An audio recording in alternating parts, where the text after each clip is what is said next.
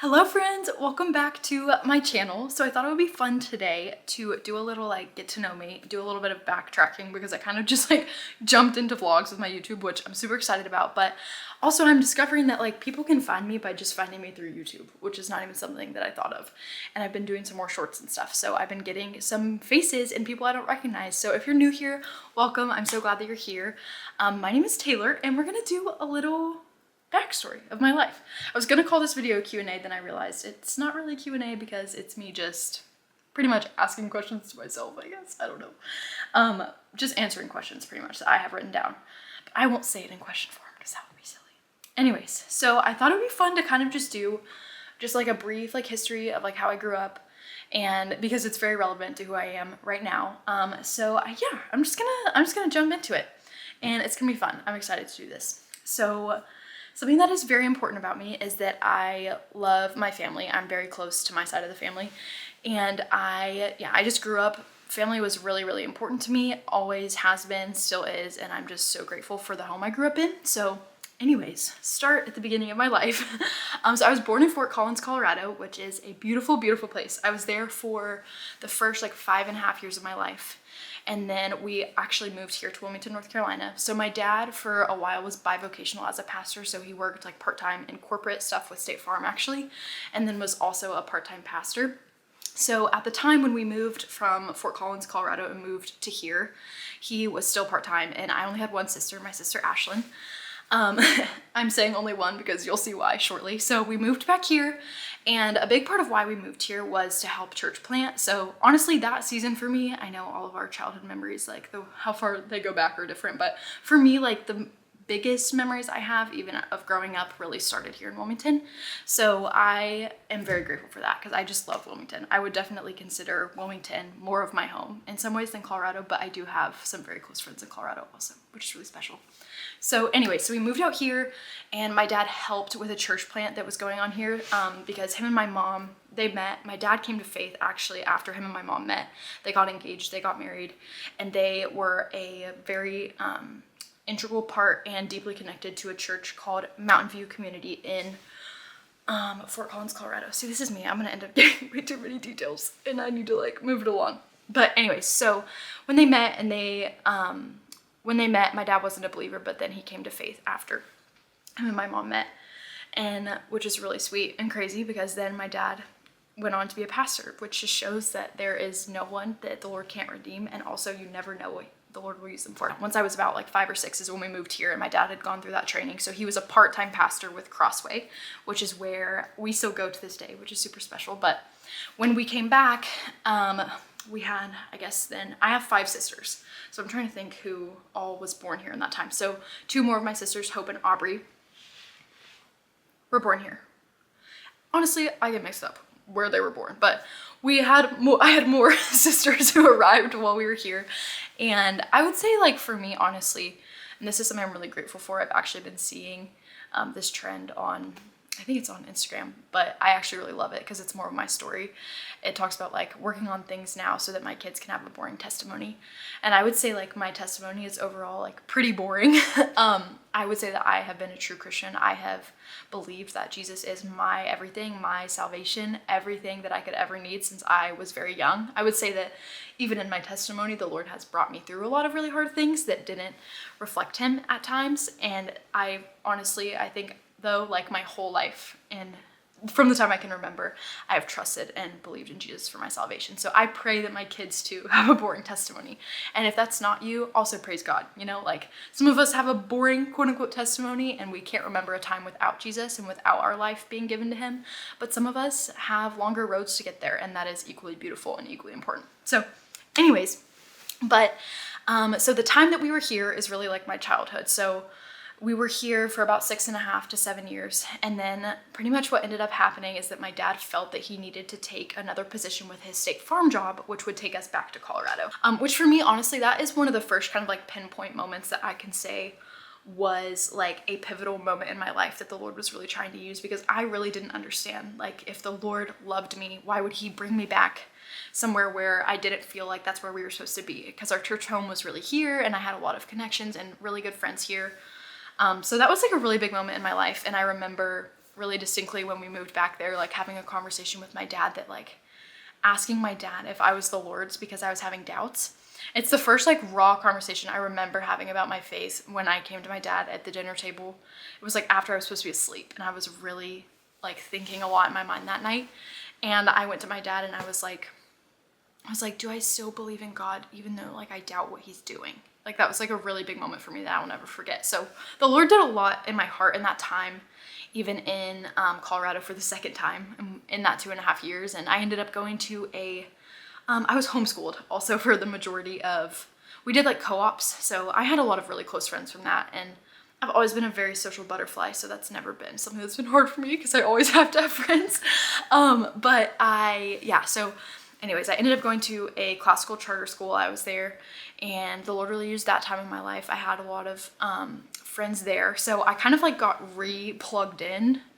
So I remember in my little heart, like it was just really hard for me because the tables were also about to flip again and turn. So I went to, that was my 8th grade year. That is important. So keep that in mind. So that was my 8th grade year. And at the end of my 8th grade year at that charter school, pretty much they also had a high school also. I don't know at the time if they had announced that there was going to be a high school. I'm not quite sure all the pieces to that puzzle, but in my little heart, it was very important because now I had found new friends and I wanted to stay there. And I found out that we were moving back to North Carolina. And I just remember being like, God, what are you doing? Like, it was a really hard time for me. Again, and I was kind of like, I like listened to you and I made this my home, and it was just really challenging. But now looking back, it's another one of those like pivotal moments in my faith because the Lord really moved me away from things I needed to be moved away from. And also with my dad pretty much had a decision to make because they called him, the leadership at the church here called him and was like, hey, like we want you to come on full time because the pastor here wants to go plant somewhere else, and we want you to be the full-time pastor at Crossway. And my dad pretty much had the opportunity to continue his job at State Farm, which he was doing very well at. We also pretty much had a door open in the complete opposite direction, and most likely would have been Texas or would have been Arizona, I believe. And he could have like gotten a raise, made more money with State Farm, and my dad quit his corporate job and decided to pursue full-time ministry, which says so much, one, about who he is and the calling the Lord has placed on his life. And also it really determined my entire future. So it's so cool to look back and know that the Lord was present in every single part of the decisions that he was making for even my family as a whole. So that being said, that is a little bit of backstory, kind of my growing up in like a very small, like not super detailed time frame. But it is very important and relevant because it leads us to coming back here. Then that is the year that Marcus and I met. Our families are around each other a lot. We were around each other a lot. At the time too, Crossway was smaller. So like it was very much like forced friendship regardless. And we did click like from the very beginning. I have a picture I'm gonna have to show you guys. I think I've definitely showed this before, but this was us in 2018. This just gives you a little bit of a picture of like, I am like crouched down and Marcus is like sitting up fully straight, and I have to like slouch to make him look like taller than me. So when we met, we were absolute babies. And I just can't help but giggle looking back. And honestly, one of the coolest parts about Marcus and I's relationship is that the Lord really used Marcus in my walk with the Lord and vice versa. I was still like a little bit boy crazy, a little bit like trying to decide. Like I said, I really believe from a young age that I loved the Lord with my whole heart, but I don't feel like I've fully like even grasped, and I would say truly like matured until like I was like out of high school and until probably like towards the end of my last year of high school. And you know how that is with just like immaturity in high school. We just had a lot to learn. But a really big blessing about Marcus and I's relationship, also blessing and a curse in some ways, we weren't in the same high school. So personal backstory and also just some of what the Lord has done in my life. I guess I could label this like testimony / get to know me. But the Lord did a lot in my heart in high school. I would say that like I was really immature and mature in some ways all through high school. And Marcus and I had lots of ups and downs, as high school relationships do. And even though we did love the Lord, and I fully believe that, the Lord just grew us a ton in that time. And coming out of high school for me was super, super pivotal. So out of high school, Marcus and I pretty much got engaged a or no, not a year after. Yep, in August 21st, 2021. So yeah, the Lord really, it's really sweet looking back because I know marriage is exactly what the Lord had for us at that time. And I think also we've done a few videos on this, but there was just so much confirmation in the fact that we had so many people invested in our relationship, even in church, and so many people around us to like give us the like assurance that the Lord had prepared marriage for us as the next step. So we're super grateful for our church community and just for our families and the people around us who really knew how to support us and love us, and for us to get married really young. I always get the question of like, if I always knew that I wanted to get married young, if I always knew I wanted to be a young mom. And what's funny is that I would actually say yes in shades, but also no. I am a big like arts girl. That's another thing to know about me. Like I have loved writing, singing, theater, and all things artsy forever. Anything creative, anything with photos, anything with making videos. Like that's always been things that I have loved. And so I honestly saw myself kind of pursuing that more so before like getting married or having kids. But I thank God every day that I get to do those things and be those things, but operate in that in a really special way as also being a wife and being a mom. And that those things don't take away from the other gifts that I have or the other callings I have in my life. They actually only add to them. I got married in March of 2022 and March 5th of 2022, which we're coming up on 3 years, which is absolutely crazy. So we found out we were pregnant with Weston the second month after we got married. So really quick, and I was really sick in my pregnancy with Weston. If you followed me at that time, you know that I was in tears like every day. It was super hard. I had a really tough pregnancy with Wes, and that was a really refining time for me, and really like, yeah, it was really pressing. It grew me a lot, and it also in some ways I grew up a ton in that time. And then we had Weston in January of 2023 on January 13th.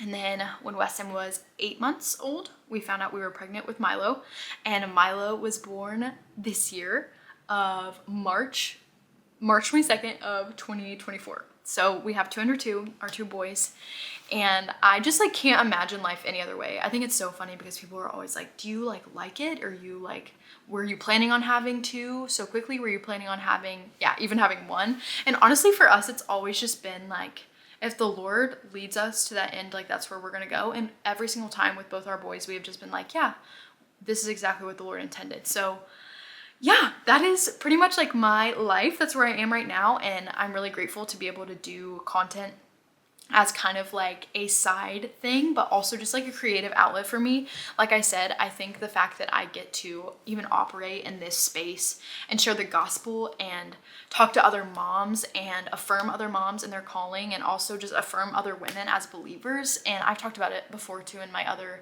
little vlogs that I just started putting up, but I just have a real heart for women being in the word, women being grounded in truth, and realizing that the effect that we have on our home is really limitless, that the Lord has placed us in our homes to be spiritual moms to our kids and spiritual helpers to our wives, and that is an immensely deep, beautiful calling, and that is work. It's hard work. And I feel that every day, and I am so pressed where I am with my kids and with my husband in the best way. The Lord is refining me and teaching me, and every little bit of my story is exactly what I needed to be the mom and the wife that I am. And I think for me, a lot of, even in the past year, the Lord has just taught me so much about what it means to walk in confidence in what He's called me to. And really that's been like, I feel like our whole story, even since we got married, because there's a lot of skepticism when you're an 18 and 19-year-old getting married, which now it's so funny because even looking back when we were only 18, 19, I'm 22 now, so I'm still young, but like looking back then I'm like, wow, you're babies. Like no wonder people were like, are you sure? Even though we're still young now, but it's so sweet to see the way that the Lord has just graciously given us more confidence and more assurance of what He's called us to in this season of life, you know? As we have gone about this crazy journey and having our boys, and I am just so grateful. I'm so excited about where our life is, and I know that because of Christ, we're only going to grow more in love with each other. We're only going to love our kids better, and I really pray that this space becomes even more of a ministry, even more of an encouragement.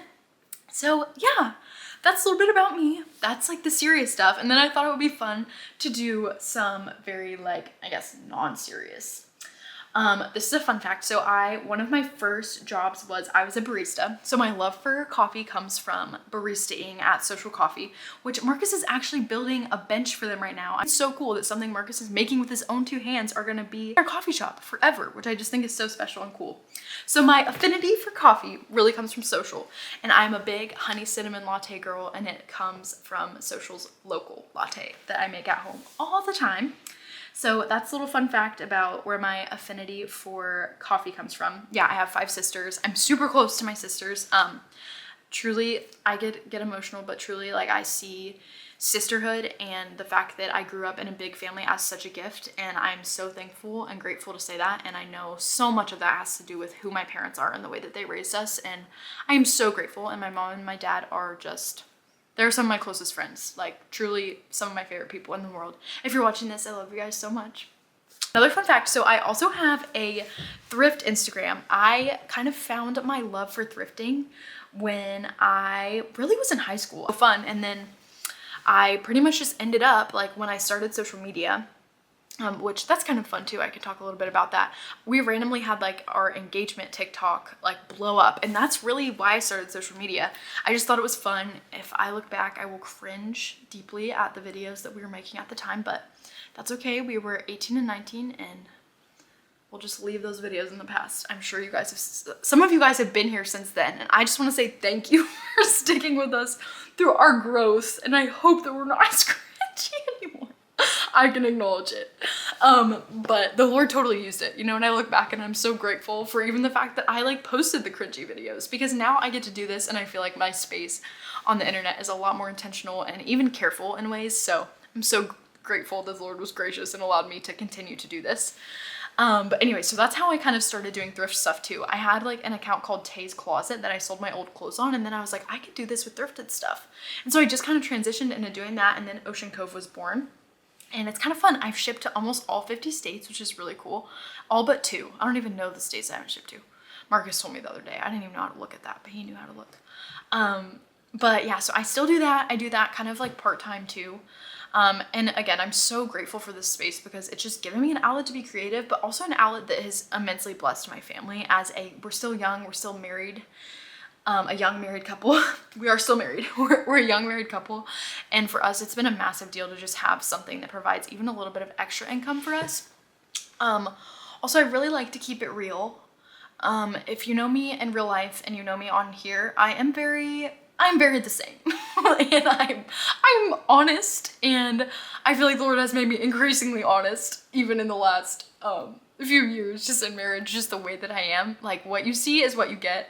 There is zero pretense with me, and sometimes honestly I have healthy boundaries on social media. It's not like I'm spilling everything or like oversharing all the time, but I really do just like have a heart for like genuineness, and it's born out of a place too to like squash the reality of social media that kind of like creates this perfectionism and this image that like I'm a perfect mom and I'm a perfect wife and everything in my life is easy and perfect and good. And you know what? I have a wonderful life and I'm so grateful for it, but I have hard things too. I have hard days. And here's another just little reality for you. Our bedroom isn't even fully furnished, y'all. This closet is a mess, and we still don't even have a dresser. We have our thrifted bed frame. We have the same like sheets and duvet cover that we had gotten when like we first got married. We have this mirror from Hobby Lobby that I could only get because it was 50% off right after we got married. I buy most things secondhand. Anyways, I just want you guys to know this about me, that my heart is just like genuineness. My heart is genuine. Yeah, just like genuine openness about the reality of what it takes and what it takes to be fully submitted to Christ and be a wife and be a mom and also just be a follower of Christ. And I really want this space to be a place where people hear about the gospel and hear about the fact that I am nothing without Jesus. I have nothing to offer you aside from Christ. And my family has nothing to offer you. Like, our personalities are nothing apart from Christ, like nothing. Like, none of this is anything apart from the gospel and apart from Christ. And if you don't hear Jesus on this channel, you don't hear anything. And again, not that it's not fun or good to also share, like, obviously the Lord gives us all of the things that we have, all of the good things. He gives us our kids and our marriage and our beautiful home and the things that he's provided for us, and those are reasons to praise and thank him. But it also just, I don't know, I really like to keep things in perspective by saying, like, I have nothing to offer you except for Christ. And I hope that, like I said on like the intro to my first vlog, I hope that this place is like a space that you find comfort in the fact that you are loved by Christ, and that the greatest purpose that you could have in this life is to be his, and that you get to laugh and that you like the cozy vibes. I love a good cozy vibe. But anyways, I'm just so glad that you guys are here. I hope that you enjoyed this video and that it was a little bit of like some fun things and just getting to know me.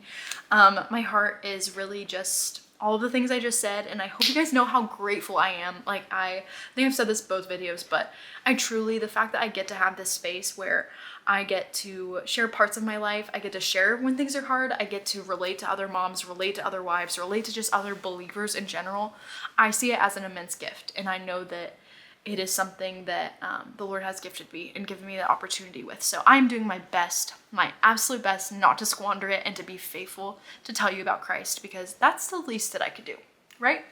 So anyways, love you guys. Thank you so much for being here. I started a little tradition in my last video. I decided that I wanted to close just by reading a verse, whether it's just a small psalm or really just anything. Last time I just opened my Bible, and it's one that the Lord had put on my heart, and that's what we're gonna do this time, because there's no better way to end a video than to end it with a little nugget of truth. Let's grab, this is my favorite Bible. It says Taylor Moorhead on it, but it is just like my oldest Bible, so I love it because it's all marked up and messy and all the things. It has been through a lot with me. Okay, let's see. Oh, this is sweet. I actually just opened to Proverbs 31:10, which is what talks about the wife of noble character. So maybe this is an encouragement that you as a wife need today. If you find yourself as a wife, or you're looking forward to a time where you will be a wife, there is no waste that can come from us reading God's word. So let's read this passage together. I'm gonna read from the beginning. Let's just read the whole thing. It's verses 10 through 31, so it is a little bit longer. So buckle up, ladies. Okay. A wife of noble character, who can find? She is worth far more than rubies. Her husband has full confidence in her and lacks nothing of value. She brings him good, not harm. All the days of her life, she selects wool and flax and works with eager hands. She is like the merchant ships bringing her food from afar. She gets up while it is still night and provides food for her family, and she portions for her female servants. She considers a field and buys it. Out of her earnings, she plants a vineyard. She sets about her work vigorously. Her arms are strong for her tasks. She sees that her trading is profitable and her lamp does not go out at night. In her hand she holds the distaff and grasps the spindle with her fingers. That was a very hard sentence to say. She opens her arms to the poor and extends her hands to the needy. When it snows, she has no fear for her household, for all of them are clothed in scarlet. She makes coverings for her bed. She is clothed in fine linen and purple. Her husband is respected at the city gate, where he takes his seat among the elders of the land. She makes linen garments and sells them, and supplies the merchants with sashes. She is clothed with strength and dignity. She can laugh at the days to come. She speaks with wisdom, and faithful instruction is on her tongue. She watches over the affairs of her household and does not eat the bread of idleness. Her children arise and call her blessed. Her husband also, and he praises her. This passage always makes me emotional. Many women do noble... I can't, now I'm gonna cry and I can't read it. Many women do noble things, but you surpass them all. Charm is deceptive and beauty is fleeting, but a woman who fears the Lord is to be praised. Honor her for all of her hands have done, and let her work bring her praise at the city gate. Okay guys, thank you for being here. I pray that, I'm not even gonna add anything to that because that's exactly what the Lord wanted me to read, because that's exactly where I opened up to. So I pray that that encourages you today as you seek to be the wife and mom that the Lord has called you to be, or just the wife. And I want you to know that I'm so grateful for you. I'm so happy that you're here, and grateful that I get to continue to make videos for you guys. So I will see you next video. Bye friends.